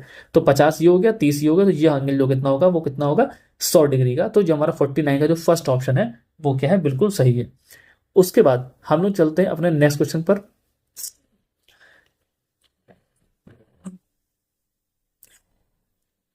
यहां पर क्वेश्चन लिखा हुआ है perimeter of a quadrilateral ABCD is 120 centimetre. ठीक है, एक क्वाड्रिलेटरल एबीसीडी है, हम क्वाड्रिलेटरल बना लेते हैं कुछ इस तरह का। ठीक है, ये क्वाड्रिलेटरल हमारा एबीसीडी हो गया, और इसमें हमको बोला कि जो एबीसीडी का पेरीमीटर जो है वो कितना है, 120 दे रखा है। ठीक है, तो इसकी नेमिंग भी कर देते हैं ए बी सी और डी। अब इसमें बीसी की वैल्यू कितनी दे रखी है, बीसी की वैल्यू हो गई हमारी 48। उसके बाद सी डी की वैल्यू कितनी दे रखा है, 17 दे रखा है। सी डी की वैल्यू हो गई हमारी 17। एडी की जो वैल्यू है वो है 40। ठीक है, एडी की वैल्यू हो दी है 40 डिग्री दे रखी है। And angle A and angle B कितना दे रखा है, 90 डिग्री दे रखा है। अब देखिए ये एंगल और ये एंगल कितने डिग्री का है, 90 का है। हालांकि ये लग नहीं रहा है लेकिन फिर भी मान लेते हैं कि 90 का है। Then area of quadrilateral A B C D, तो इसका एरिया कितना हो जाएगा। ठीक है, अब देखिए इसको हमें थोड़ा सा सही से बनाना ही पड़ेगा वरना हमारा क्वेश्चन हो नहीं पाएगा। तो देखिए हम लोग इसको फिर से रीड्रॉ करते हैं कुछ इस तरह से। ठीक है, अरे ये तो स्क्वायर बन गया यार, एक मिनट रुक जाइए, मैं इसको सही से ड्रॉ कर लेता हूँ, वरना फिर जो क्वेश्चन है वो हमारा गलत हो जाएगा, सही से हम लोग समझ नहीं पाएंगे। ठीक है, ये कुछ इस तरह से हमारा जो कोऑर्डिनेटर है कुछ इस तरह से है, ये यहाँ पे ऐसे है। ठीक है, अगर इसमें देखें तो यहाँ पर दे रखा है BC की वैल्यू 48 है, तो ये और हम मान लिया B, ये हो गया A, ये हो गया D। तो जो हमारा BC है उसकी वैल्यू कितनी दे रखी है, 48 दे रखी है। ठीक है, उसके बाद यहाँ पर जो एंगल A और एंगल B है ये 90 के हैं। CD की वैल्यू कितनी है, 17, ये हमारा 17 हो गया। AD इज इक्वल टू कितना है, 40 डिग्री है, सॉरी 40 सेंटीमीटर है। ठीक है, अब हमको बताना है कि ये जो हमारा जो कोऑर्डिनेटर है इसका एरिया कितना है। अब देखिए आपको इसने जो दे रखा है पेरीमीटर बताया है कितना है, 120 है। ठीक है, अब देखिए इस पूरे कोऑर्डिनेटर का जो पेरीमीटर है वो कितना है, 120 है। और पेरीमीटर का मतलब होता है कि सारी साइडों को ऐड कर दो। तो हमने कहा अगर हम यहाँ पर देखें 40 है हमारे पास, 40 प्लस 17 प्लस 48 को अगर हम लोग ऐड करते हैं तो कितना आता है, हमारे पास आता है 105। ठीक है, और ये जो x वाली है फिर ये कितनी हो जाएगी, हम पूरे पेरीमीटर में से तीन साइडों का सम माइनस कर दे तो हमारे पास क्या हो जाएगा, जो रिमेनिंग फोर्थ साइड है वो निकल आएगी। यानी कि जो फोर्थ साइड है वो कितनी हो गई हमारी, 15 सेंटीमीटर की हो गई। ठीक है, अब अगर इसको आप लोग ध्यान से देखें तो ये जो शेप बन रहा है ये कैसा है, ट्रेपेजियम का है। ठीक है, और ट्रेपेजियम का एरिया का जो फॉर्मूला होता है वो क्या होता है, half into sum of parallel side into H होता है। ठीक है, तो यहां पर हम लोग देखें तो यहाँ पे क्या हो जाएगा, half into sum of parallel side. तो यहाँ पे पैरेलल वाली साइड कौन सी है, ये 40 और 48 वाली है। ये हो जाएगा 40 प्लस 48 और इंटू जो हाइट है वो कितनी हो जाएगी, 15। ठीक है, तो ये ऐसे लिख गया। तो ये हो जाएगा हमारा 1/2 इंटू 40 और 48 हमारे पास कितना हो जाएगा, हो जाएगा ये हमारा 88 इंटू 15, और जब इससे इसको डिवाइड कर देंगे तो ये हो जाएगा 44। ठीक है, तो अगर हम लोग इसका आंसर देखें तो कितना हो जाएगा, 44 इंटू 15, 44 इंटू 15, जिसको मल्टीप्लाई करने पे हमारे पास कितना आएगा, 660 आ जाएगा। ठीक है, तो इस ट्राइंगल का जो हमारा सॉरी जो क्वाड्रिलेटरल है इसका एरिया कितना हो जाएगा, 660 सेंटीमीटर स्क्वायर। इसको हम लोग एक और तरीके से कर सकते थे। ठीक है, अगर पेरीमीटर हमको नहीं पता होता तब भी हम क्या कर सकते हैं, इसको यहां से ऐसे ज्वाइन कर देते। ठीक है, अब देखिए ये 40 सेंटीमीटर की है, ये एडी हमारी कितने की है, 40 सेंटीमीटर की है, तो उसके सामने यहां तक भी लेंथ कितनी हो जाएगी, 40 सेंटीमीटर की हो जाएगी। तो ये रिमेनिंग लेंथ हमारी हो जाएगी 8 सेंटीमीटर की। ठीक है, और ये क्या बन गया, एक राइट एंगल ट्राइंगल। हम लोग पाइथागोरस से भी निकालते तो ये हमारा कितना आता, 15 आता। लेकिन इस तरीके का इस्तेमाल हम लोग तब करते जब हम लोग को यहाँ पर ये 120 जो है वो नहीं दिया होता। ठीक है, खैर अभी दे रखा है तो हम लोग इसको ऐसे ही सॉल्व करेंगे। अब हम लोग बात करते हैं अपने नेक्स्ट क्वेश्चन की। यहाँ पर क्वेश्चन में दे रखा है, in a pie chart the marks obtained by a student in mathematics, science, social science, Hindi and English are respectively represented by the sector of central angles 90, 80, 65, 75 and 50 degree. ठीक है, if the total marks obtained by student were 540, then what is the difference of the marks obtained by him slash her in mathematics and English? अब देखिए, एक बच्चा है, उसने total marks obtain किए हैं 540, और हमने क्या किया, उसने जो अलग अलग सब्जेक्ट्स में मार्क्स स्कोर किए हैं उनको दिखाया है एक पाई चार्ट के थ्रू, और उनके सेंट्रल एंगल हम लोगों को यहाँ पर दे रखे हैं। हमको बताना है कि मैथमेटिक्स और इंग्लिश में उसके कितने मार्क्स आए हैं, उसका डिफरेंस हम लोगों को बताना है। ठीक है, अब देखिए इसको करने के लिए हम लोग करेंगे कि पहले देखिए मैथमेटिक्स का सेंट्रल एंगल कितना है। तो मैथमेटिक्स का जो सेंट्रल एंगल है वो है 90 डिग्री। ठीक है, तो मैथमेटिक्स का सेंट्रल एंगल कितना है, 90 डिग्री है। उसके बाद यहाँ पर हमको देखिए क्या दे रखा है, इंग्लिश का सेंट्रल एंगल, इंग्लिश सबसे लास्ट में है, तो इंग्लिश का जो सेंट्रल एंगल है वो है 50 डिग्री। ठीक है, वो है 50 डिग्री। अब आपको पता होगा कि जो हम लोग पाई चार्ट में जो हम लोग बनाते हैं, ठीक है, तो सेंट्रल एंगल का जो फॉर्मूला होता है वो कितना होता है, marks obtained upon total marks into क्या करते हैं, जो भी हमारा 360 डिग्री है उससे मल्टीप्लाई करते हैं। तो अगर हम बात करें मैथमेटिक्स में, तो मैथमेटिक्स में उसने कितने नंबर पाए हैं, कितने सेंट्रल एंगल जो बन रहा है वो कितने का है, 90 का है। तो इसको हम लोग क्या लिखेंगे, 90 is equal two marks obtained in mathematics, यानी कि m अपॉन टोटल मार्क्स उससे कितने हैं 540 इंटू कितना हो जाएगा 360। अगर इसको थोड़ा सा हम लोग और सिंप्लीफाई करें तो कुछ इस तरह से लिखेंगे 90 into 540 upon 360 is equal two marks obtained in mathematics. और हम लोग अगर इसको थोड़ा सा और देखें तो इंग्लिश में भी हम लोग कैसे लिखेंगे, बिल्कुल सेम ऐसे ही। उसमें बस हम लोग का सेंट्रल एंगल चेंज हो जाएगा, जो कि है 50 इंटू 540 अपॉन यहाँ पर कितना हो जाएगा 360। ये किसका मार्क्स आ गया, इंग्लिश का मार्क्स आ गया। हमने बोला मैथ और इंग्लिश में कितना डिफरेंस है, तो हम लोग क्या करेंगे, मैथ के मार्क्स में से इंग्लिश के मार्क्स को माइनस कर देंगे। तो देखिए मैथ्स में कितने मार्क्स हम लोगों ने स्कोर किए थे, 90 इंटू 540 अपॉन 360। ठीक है, इसमें से हम लोग किसको माइनस करेंगे, 50 इंटू 540 अपॉन 360 को माइनस कर देंगे। तो यहाँ पर देखिए तो 540 और 360 तो हमारा डायरेक्टली कॉमन आ जाएगा, और यहाँ पर कितना हो जाएगा 90 माइनस 50। तो अगर इसको लिखा जाए तो ये कितना हो जाएगा 90 माइनस 50, और इसको थोड़ा सा मैं यहाँ नीचे सॉल्व कर रहा हूँ, ठीक है, जहाँ पे जगह नहीं बची है। तो ये हो जाएगा 540 अपॉन 360 इंटू 90 में से 50 जाएगा तो ये हमारा हो जाएगा 40। इस जीरो से ये जीरो कैंसिल हो जाएगा।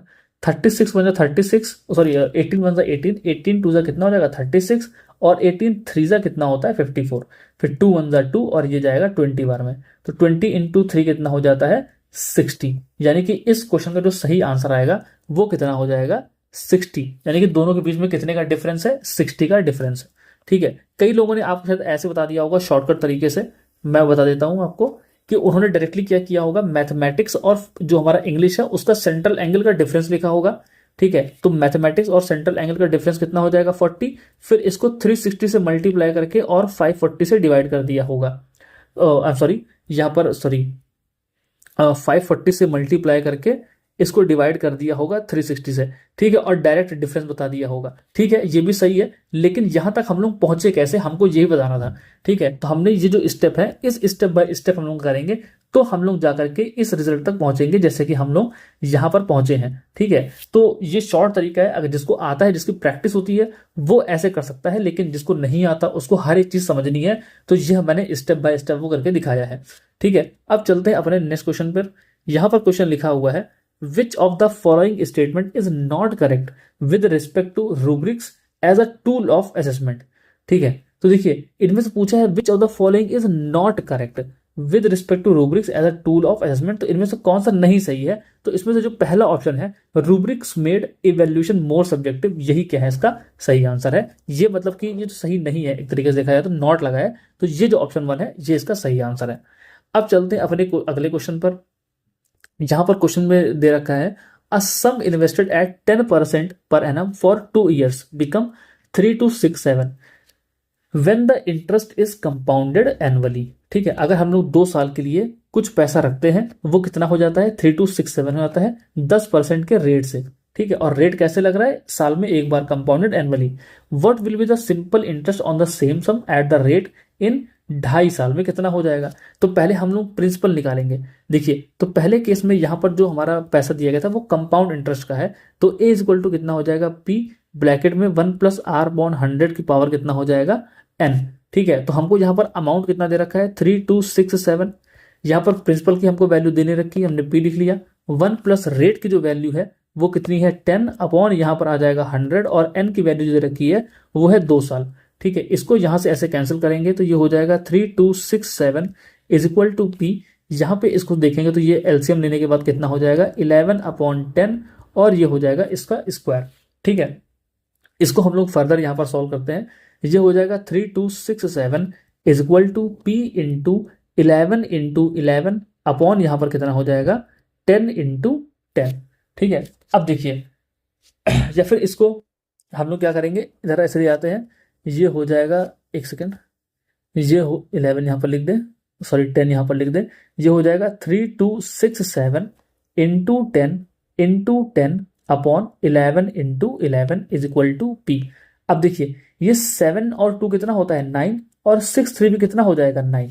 अगर आप लोगों को 11 से डिविजिबिलिटी का रूल पता हो तो आपको पता होगा कि इवन और ऑड प्लेसेस पे जो नंबर होते हैं उनका मतलब अगर हम लोग इवन वालों को ऐड करें और क्या नाम है इवन प्लेसेस पे जो नंबर है उनको ऐड करें, जैसे कि यहाँ पर ये हमारा 6 और 3 हमारा इवन प्लेस पे है तो इनको ऐड करने पे कितना आ रहा है 9 आ रहा है, और 7 और 2 हमारा ऑड प्लेसेस पर है, इनको ऐड करने पर भी 9 आ रहा है। तो अगर इवन प्लेसेस पे जो नंबर है उनको ऐड करने पर और ऑड प्लेसेस पे जो नंबर है उनको ऐड करने पर उन दोनों का डिफरेंस निकालें, और डिफरेंस अगर 0 और 11 आता है तो वो 11 से डिविजिबल होगा। तो ये जो 3267 है ये क्या है 11 से डिविजिबल है। तो 3267 को अगर हम लोग डिवाइड कर देते हैं 11 से तो ये कितनी बार में जाएगा 297 बार में, और ये 297 भी क्या है 11 से डिविजिबल है। ठीक है, अब देखिए ये 297 को अगर 11 से डिवाइड करेंगे तो कितना आंसर आता है 27। तो यहां पर देखिए जो प्रिंसिपल है वो कितना हो जाएगा 27 × 10 इज इक्वल टू पी, यानी कि 2700 जो होगा वो हमारा क्या होगा प्रिंसिपल होगा। ठीक है, ये हमने प्रिंसिपल की वैल्यू निकाल ली। अब हमसे पूछा है what is the simple interest on the same sum at the rate of at same rate, rate भी सेम दे रखा है और टाइम दे रखा है 2.5 साल। देखिए सिंपल इंटरेस्ट निकालना है तो सिंपल इंटरेस्ट तो बहुत सिंपल है, फॉर्मूला क्या है P × R × T अपॉन 100। ठीक है, प्रिंसिपल की वैल्यू कितनी है 2700। ठीक है, और रेट हमें कितना दे रखा है 10, और टाइम दे रखा है 1/2 यानी कि 2.5 साल दें, तो इसको हम लोग कह सकते हैं 5/2 भी लिख सकते हैं और इसको डिवाइड कर देते हैं 100 से। तो ये 2 जीरो से क्या हो जाएगा, ये 2 जीरो कैंसिल, 5 वन ज़ा 5, सॉरी 2 वन ज़ा 2, 2 5 ज़ा 10 हो जाएगा। और यहाँ पर जो हमारे पास आंसर आएगा वो कितना हो जाएगा, 27 इंटू 5 5 ज़ा 25। ठीक है, अगर हम लोग देखें यहाँ पर 27 को 25 से मल्टीप्लाई करते हैं तो हमारे पास जो इंटरेस्ट आएगा वो हो जाएगा 675। ठीक है, तो ये जो 675 है ये इसका करेक्ट ऑप्शन है, यानी कि जो ऑप्शन नंबर 4 है वो एकदम सही है। ठीक है, इसकी शॉर्ट ट्रिक्स वगैरह भी होती हैं, लेकिन मैं आपको पूरा सॉल्यूशन समझाने के लिए बैठा हूं अभी यहाँ पर। ठीक है, शॉर्ट ट्रिक वाला जो होगा जब हम लोग प्रैक्टिस करेंगे तो दोबारा से समझेंगे इन सब के बारे में। अब देखिए उसके बाद हमारा नेक्स्ट क्वेश्चन है, a trader buys 12 fans for 2400, he marks each fan at 25% above the cost price. ठीक है, अब देखिए उसका कॉस्ट प्राइस कितना था 12 पंखों का, 2400 रुपए था। ठीक है, 24,000 था सॉरी। अब उसने ही मार्क्स ईच फैन अबव 25%। ठीक है, अब देखिए जो उसका मार्क जो प्राइस हो गया, ठीक है, अब एक बात समझिएगा, 12 पंखे ले ऐसा 24,000 के, तो अगर हम लोग बात करें कि एक फैन का जो उसका कॉस्ट प्राइस था, एक फैन का कॉस्ट प्राइस था वो कितना हो गया, 2,000 हो गया। ठीक है, अब उसने क्या किया, उसको 25% ज्यादा उससे मार्क कर दिया। ठीक है, तो अगर हम लोग बात करें 2,000 का 25%, ठीक है, अगर 2,000 का 25% मार्क करें तो वो एक तरीके से देखो 500 रुपए ऊपर उसने मार्क कर दिया। ठीक है, मार्क्ड प्राइस कितना किया था, 25% ऑफ किसका, हमारे कॉस्ट प्राइस का। तो एक फैन का जो हमारा कॉस्ट प्राइस पड़ा, ठीक है, मतलब सॉरी जो मार्क्ड प्राइस हुआ वो हमारा कितना हो गया, 2500 रुपए हो गया। ठीक है, फिर उसने क्या किया, he sells all the fans by giving 10% discount. फिर उसने क्या कर दिया, 10% का डिस्काउंट दे दिया। ठीक है, अब यहां पर हमने देखा कि डिस्काउंट कितना दिया है उसने, 10% का। ठीक है, डिस्काउंट दिया 10% का। अगर हम लोग 2500 पर 10% डिस्काउंट भी दे देते हैं तो हमने कितने रुपए में सेल किया एक फैन को, हमने एक फैन को सेल किया हमारे 2,250 रुपए में। ठीक है, तो एक तरीके से हमने हर फैन पे कितना प्रॉफिट कमाया, 250 रुपए का प्रॉफिट कमाया हमने हर एक सिंगल फैन पे। और हमारे पास फैन थे कितने, 12 फैन थे। अगर हम 12 फैन को मल्टीप्लाई कर देते हैं 250 से, ठीक है, हमारे पास क्या है, एक फैन पे कितना प्रॉफिट हमें आया है, 250 रुपए, और हमारे पास टोटल कितने फैंस है, 12 फैंस है। तो अगर हम बात करें टोटल प्रॉफिट की तो वो हो जाएगा 12 इंटू 250, यानी कि 3,000 रुपए का उसने टोटल प्रॉफिट कमाया। अब उसने पूछा है कि जो ओवरऑल प्रॉफिट हुआ है, ठीक है, वो कितना है। तो यहां पर देखिए जो 3,000 है वही इसका क्या हो जाएगा, ओवरऑल प्रॉफिट, यानी कि 3,000 रुपए जो था वो पूरे पूरे इसमें प्रॉफिट में गए हैं। अब चलते हैं अपने नेक्स्ट क्वेश्चन की तरफ। यहां पर लिखा है, arrange the following statements according to ascending level of geometrical thinking as per van Hiele's theory of geometrical learning. ठीक है, तो इसमें देखिए सबसे पहला ऑप्शन है identification of properties of geometrical shapes. ठीक है, उसके बाद classification of different shape, third है finding relationship between the properties of geometrical shapes, और फोर्थ है identification of geometrical shapes as they are. ठीक है, देखिए तो जो शेप जैसा है उसको वैसा ही समझना, ये सबसे लास्ट लेवल का है। ठीक है, तो देखा है तो इसमें जो इसमें ऑप्शन ए इस दोनों में आ रहा है उनको तो हम पहले ही एलिमिनेट कर सकते हैं, यानी कि डी जो होगा वो इन दोनों में आ रहा है, यानी कि इन दोनों में से ही कोई एक ऑप्शन होगा। उसके बाद हमने बात करी कि क्लासिफिकेशन ऑफ डिफरेंट शेप्स। ठीक है, जो डी के बाद हम लोग अगर बात करें तो जो क्लासिफिकेशन होगा वो होगा, मतलब डी जो है वो मैं कैसे बताऊं आपको, इसमें बोला है असेंडिंग ऑर्डर, असेंडिंग लेवल्स में ना, मतलब नीचे से ऊपर की तरफ जाने वाला। तो जो हमारा बी वाला होगा वो इस डी के बाद आएगा, तो इसका जो सही आंसर होगा वो क्या होगा, ऑप्शन नंबर 3 होगा। ठीक है, अब अगले क्वेश्चन की तरफ चलते हैं। यहां पर लिखा हुआ है, the ratio of two number is 3:7 and their LCM is 630, then the sum of LCM and HCF of these number is कितना होगा। देखिए दो नंबर का रेशियो कितना दे रखा है, 3:7 दे रखा है, तो हमने मान लिया कि जो नंबर होंगे वो कौन होंगे, 3x और 7x होंगे। अब इस 3x और 7x का एलसीएम कितना होगा। देखिए एलसीएम कैसे निकालते हैं, जो भी नंबर होते हैं उनके सारे फैक्टर्स को देखिए। हमने कहा कि हमारे पास 3x था, तो इस 3x का फैक्टर कौन कौन होगा, 3 इंटू एक्स, इसको ऐसे ले सकते हैं, और 7x में ये कितना होगा, 7 इंटू एक्स लिख सकते हैं। अगर इनका एलसीएम निकालें तो एलसीएम कितना होगा, जो कॉमन है उसको एक बार लिखिए, तो x कॉमन है उसको एक बार लिखा, फिर 3 जो कॉमन नहीं है जो बचे हुए उनको एक साथ लिख दीजिए। तो इसका जो एलसीएम हो जाएगा वो हो जाएगा 21x। ठीक है, ये हो गया इसका एलसीएम। और यहाँ पर एलसीएम दे कितना रखा है, 630 दे रखा है। तो एलसीएम जो हो जाएगा वो किसके बराबर हो जाएगा, 630 के बराबर। 21 से इसको डिवाइड किया जाए तो x की जो वैल्यू हो जाएगी वो हो जाएगी 30। ठीक है, तो हमने x की वैल्यू कितनी बता दी, 30।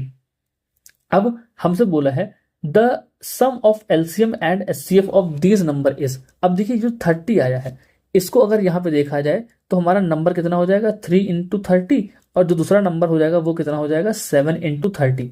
फिर इनको डिवाइड करा था तब हमारे पास रेशियो 3:7 का आया था।